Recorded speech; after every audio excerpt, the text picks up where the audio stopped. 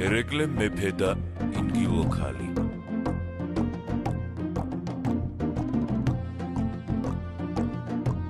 ერეკლე მეფეს ომი ჰქონდა ჭარისლეგებთან და ძლიერ დაამარცხა. გამარჯვების შემდეგ თავისი ჯარით უკან გამობრუნდა მეფე.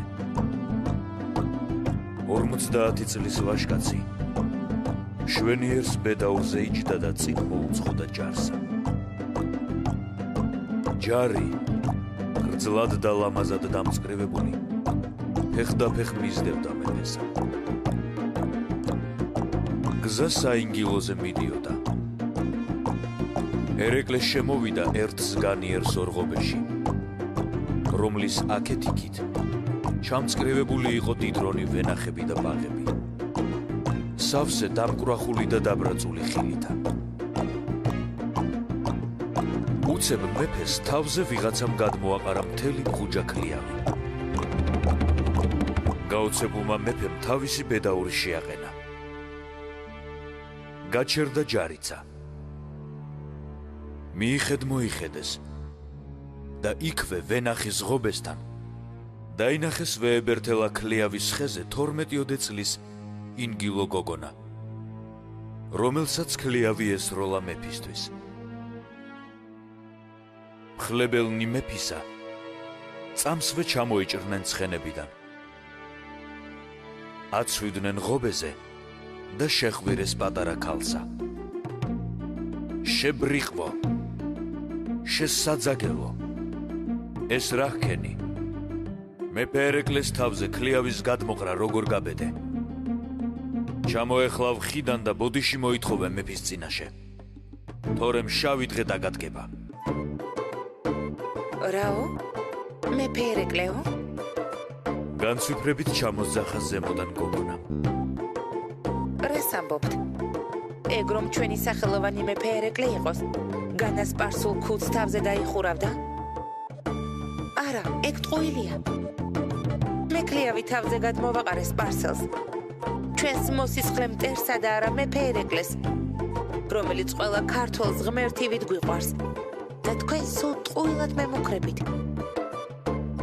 არც ძირს ჩამოვალ და არც ბოდიშს მოვიხდი. და უფრო მაღლა წავიდა ხეზე. ეს პასუხი გაიგონა მეფე ერეკლემ. გულიანად გადაიხარხარა.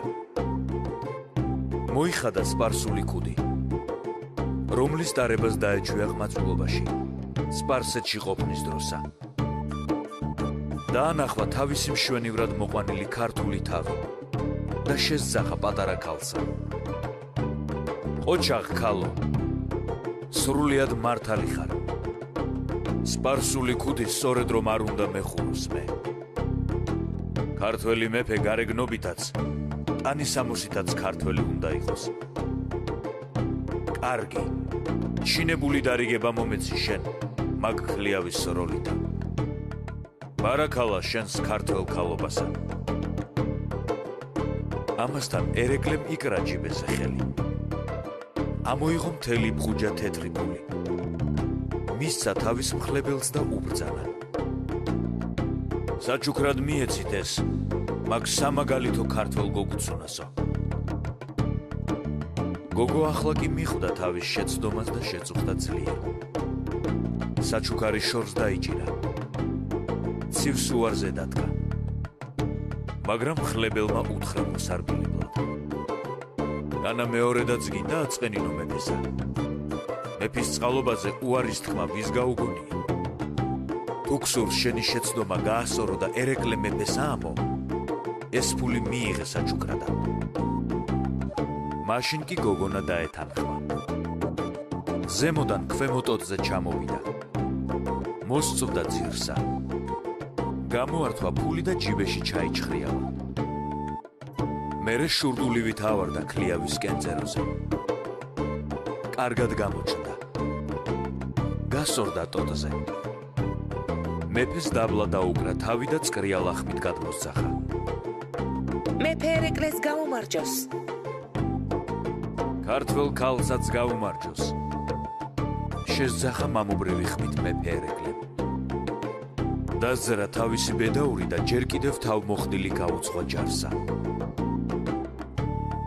ჯარი ამაყი თავისი მამაციმებით და თავისი ვაჟკაცობით უკან მისდევდა მწყობრად და თანაც აგუგუნებდა მშვენიერს ქართულს სიმღერასა.